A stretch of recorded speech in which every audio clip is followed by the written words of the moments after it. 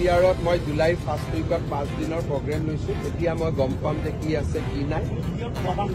বিটিআৰত মোৰ 5 দিনৰ প্ৰৱাস আছে।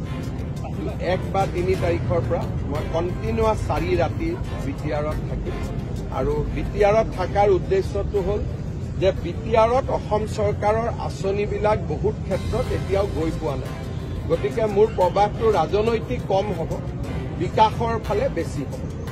মই অৰুণোদয় প্ৰত্যেকজন দুখীয়া মানুহে যাতে পায়, মহিলা উদ্যমিতা প্ৰত্যেকজন দুখীয়া মানুহে যাতে পায়, সেইকাৰণে প্ৰত্যেকখন জিলাতে মই ৰাতি থাকি মানুহৰো কথা শুনিম আৰু জিলা উপায়ুক্তসকলৰ লগত আলোচনা কৰিম। পলিটিকেল হ'ব যেতিয়া আমি টিকেট পত্ৰ দিম তাৰ পিছত, কিন্তু এই 5টা দিনৰ যিটো মোৰ প্ৰৱাস সেইটো সম্পূৰ্ণ ডেভেলপমেণ্ট অৰিয়েণ্টেড।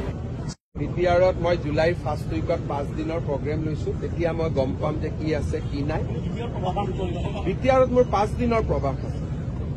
1 বা 3 তাৰিখৰ পৰা মই কণ্টিনিউৱাছ 4 ৰাতি বিটিআৰত থাকিম আৰু বিটিআৰত থকাৰ উদ্দেশ্যটো হ'ল যে বিটিআৰত অসম চৰকাৰৰ আঁচনিবিলাক বহুত ক্ষেত্ৰত এতিয়াও গৈ পোৱা নাই। গতিকে মোৰ প্ৰৱাসটো ৰাজনৈতিক কম হ'ব, বিকাশৰ ফালে বেছি হ'ব। মই অৰুণোদয় প্ৰত্যেকজন দুখীয়া মানুহে যাতে পায়, মহিলা উদ্যমিতা প্ৰত্যেকজন দুখীয়া মানুহে যাতে পায়, সেইকাৰণে প্ৰত্যেকখন জিলাতে মই ৰাতি থাকি মানুহৰো কথা শুনিম আৰু জিলা উপায়ুক্তসকলৰ লগত আলোচনা কৰিম।